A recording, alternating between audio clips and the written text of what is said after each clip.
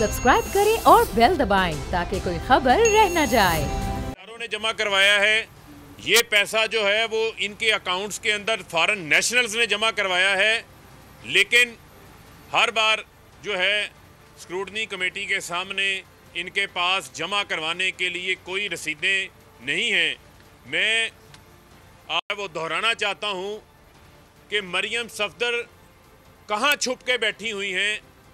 वो कब्ज़ा ग्रुपों के साथ प्रेस कॉन्फ्रेंस करने लाहौर पहुँच जाती हैं, लेकिन इलेक्शन कमीशन के बाहर झूठ की दास्तान सुनाने के लिए एहतजाज करने पहुँच जाती हैं।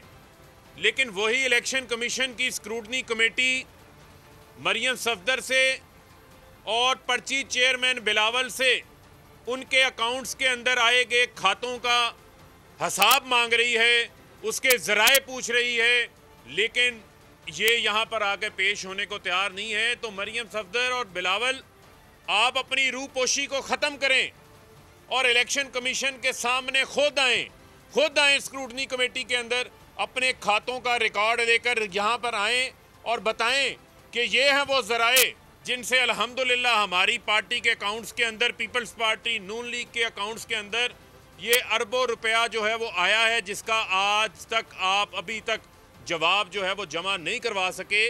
स्क्रूटनी कमेटी ने इनकी अदम ताउन की बायस और स्क्रूटनी कमेटी ने बैंकों को भी लिखा है और बैंकों का रिकॉर्ड भी जो है वो यहाँ पहुँच चुका है, जो अगली स्क्रूटनी कमेटी के अंदर सामने रखा जाएगा, जिसके अंदर पता चलेगा कि किस अंदाज से जो इन्होंने रिकॉर्ड जमा करवाया है वो क्या कह रहा है और जो बैंकों से रिकॉर्ड आया है वो क्या कह रहा है। लेकिन इनके पास दिखाने को कोई रसीदें मौजूद नहीं हैं और हमेशा ये बड़े बड़े दावे करके, बड़ी बड़ी बातें करके हमेशा ये भाग जाते हैं। लेकिन इस बार हम इनको दुम दबाकर भागने नहीं देंगे, इनका जो है वो हम पीछा करेंगे। स्क्रूटनी कमेटी में हम इनका हर सूरत जो है इनके अकाउंट्स की स्क्रूटनी करवाएंगे और आप देखेंगे कि जिस गड़े के अंदर ये हमें चाहते थे उसके अंदर ये खुद गिरे हुए हैं और इनकी फॉरेन फंडिंग भी निकलेगी, किकबैक्स भी निकलेंगी, जाली अकाउंट्स भी निकलेंगे, चीनी वाले भी निकलेंगे, पापड़ वाले भी निकलेंगे, फलूदे वाले भी निकलेंगे। सिर्फ मरियम और बिलावल इलेक्शन कमीशन जरूर आए और अपना हिसाब लेकर आए। और ये मैं किताब आज खास तौर के ऊपर लेकर आया हूँ, फॉरेन फंडिंग की ताने देने वालों को खास तौर के ऊपर मैं मरियम सफदर के लिए ये किताब लेकर आया हूँ। मरियम सफदर साहबा, ये किताब पढ़ लें, इसका सफ़ा नंबर 201 पढ़ लें, बेनज़ीर भुट्टो की किताब की रिकंसिलेशन का, कि आपके वालिद नवाज शरीफ ने इस मुल्क के अंदर सबसे पहले $10 मिलियन जो है वो उसामा बिन लादेन से आपने लेकर बेनज़ीर भुट्टो शहीद की हुकूमत में को गिराने के लिए, अदम एतमाद के लिए आपने $10 मिलियन जो है वो खर्च किए। और दूसरी जानिब जो फजलुर रहमान हैं उनको कैसे हम इनसे अलग कर सकते हैं। वो फजलुर रहमान तो इनके भी इमाम निकले हैं, छोटे मियाँ तो छोटे मियाँ, बड़े मियाँ सुभान अल्लाह। आप देखें कि फजलुर रहमान साहब तो बबांगे दोहल अपने दफातर के बाहर तख्तियां लगा के बैठे हुए हैं कि पेशावर के अंदर जो इधर है उस दफ्तर की जो फंडिंग है वो भी मोअम्मर कज़ाफ़ी लीबिया से आई है। कि आप देखें कि एक गैर मुल्क का सरबराह वो पाकिस्तान की एक सियासी जमात को अपने दफ्तर बनाने के लिए भी फंड दे रहा है और उस पर बड़ा फ़ख्रिया अंदाज से इन्होंने लिखा हुआ है कि ये पैसा मोअम्मर कज़ाफ़ी की तरफ से आया है। तो ये बात करते हैं फॉरेन फंडिंग की। हाफिज़ हुसैन अहमद साहब इंकशाफात कर चुके हैं। मैं इलेक्शन कमीशन से भी ये गुजारिश करूँगा कि इलेक्शन कमीशन जो 24 फरवरी को इनको नोटिस जारी हुआ है उसमें हाफिज़ हुसैन अहमद साहब को भी बुला लें, वो बार बार कह रहे हैं, मौलाना शुरानी को भी बुला लें, शुजाउल मुल्क को भी बुला लें, जो इस हवाले से बता रहे हैं कि उनके पास डॉक्यूमेंट्स हैं, रिकॉर्ड हैं।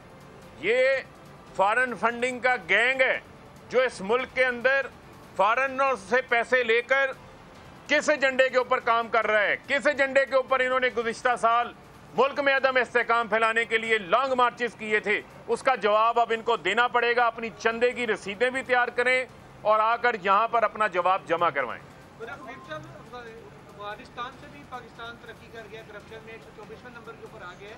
तो ये गुज़श्ता देखें जहां तक रही बात, आप ट्रांसपेरेंसी इंटरनेशनल की रिपोर्ट के हवाले से बात कर रहे हैं, तो आपके इल्म में ये भी होना चाहिए कि हुकूमत का अज़म है, ये बड़ी मेहनत करके इन माफियाज ने इस मुल्क के हर इदारे को करप्ट किया है, इस मुल्क के हर इदारे को करप्ट किया है, किया है। इमरान खान इसके खिलाफ जंग लड़ रहा है। आप देखें कि परवेज़ मुशर्रफ वर्दी में थे, परवेज़ मुशर्रफ के नीचे सारी ब्यूरोक्रेसी थी, नैब उनके नीचे थी, इदारे उनके नीचे थे, पीसीओ के जजेस उनके नीचे थे, लेकिन मुशर्रफ इनके आगे नहीं खड़ा हो सका। इनके दबाव के आगे इनको एनआरओ देना पड़ा। एक एनआरओ नहीं, 2 एनआरओ देने पड़े। यहाँ तो इमरान खान डट के खड़ा है, एनआरओ नहीं दे रहा। आपके इल्म में होना चाहिए कि सूबा पंजाब की एंटी करप्शन ने, सिर्फ सूबा पंजाब की एंटी करप्शन ने इनसे 300-350 अरब से ज़ायद के पैसे रिकवर किए हैं। तो लिहाजा हमें इन रिपोर्टों के मुतालिक ना बताएं। जहां हमें मुल्क के इदारों की तबाही की सूरत में चैलेंज मिले हैं, हमें करप्शन भी एक चैलेंज की तो सूरत में मिला है, एक नासूर की सूरत में मिला है। इंशाअल्लाह हम पाकिस्तानी कौम के साथ मिलके इसको भी शिकस्त देंगे। साहब ये बताएं कि आपने इल्ज़ाम लगाया बसवाटी JUI पे और मुस्लिम लीग नून पर कि इनको फॉरेन फंडिंग हुई है। वफाकी हुकूमत खुद उसके पास इख्तियार है कि वो फॉरेन फंडिंग के ऊपर तहकीकात कर सकती है, कार्रवाई भी कर सकती है, FIA के जरिए कर सकती है। आप पक्षदारे हैं, आप यहाँ दरख्वास्त तो दे रहे हैं, आप कार्रवाई खुद क्यों नहीं? देखें, जहाँ तक मामला है वफाकी हुकूमत के इख्तियार का, आपकी बात बिल्कुल दुरुस्त है, मुझे उससे किसी किस्म का कोई इख्तलाफ नहीं है। चूँकि मामला इस वक्त इस हवाले से इलेक्शन कमीशन के पास चल रहा है, तो हम ये चाहते हैं कि इलेक्शन कमीशन की स्क्रूटनी कमेटी अपनी फाइंडिंग्स सामने लेकर आए। उसके बाद वो दायरा इख्तियार और वो ऑप्शन हमारे पास मौजूद है, उसको इंशाअल्लाह हम सही वक्त के ऊपर उसको भी इस्तेमाल करें। बहुत शुक्रिया।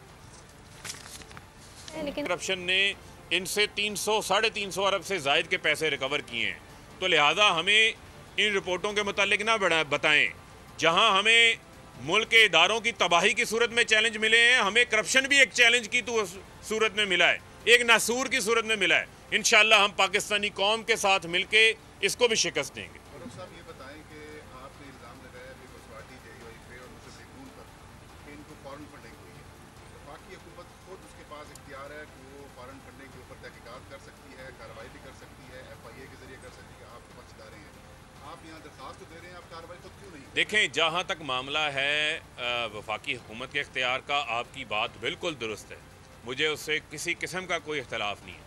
चूँकि मामला इस वक्त इस हवाले से इलेक्शन कमीशन के पास चल रहा है, तो हम ये चाहते हैं कि इलेक्शन कमीशन की स्क्रूटनी कमेटी अपनी फाइंडिंग्स सामने लेकर आए। उसके बाद वो दायरा इख्तियार और वो ऑप्शन हमारे पास मौजूद है, उसको इंशाअल्लाह हम सही वक्त के ऊपर उसको भी इस्तेमाल करें। बहुत शुक्रिया। सब्सक्राइब करें और बेल दबाएं ताकि कोई खबर रह न जाए।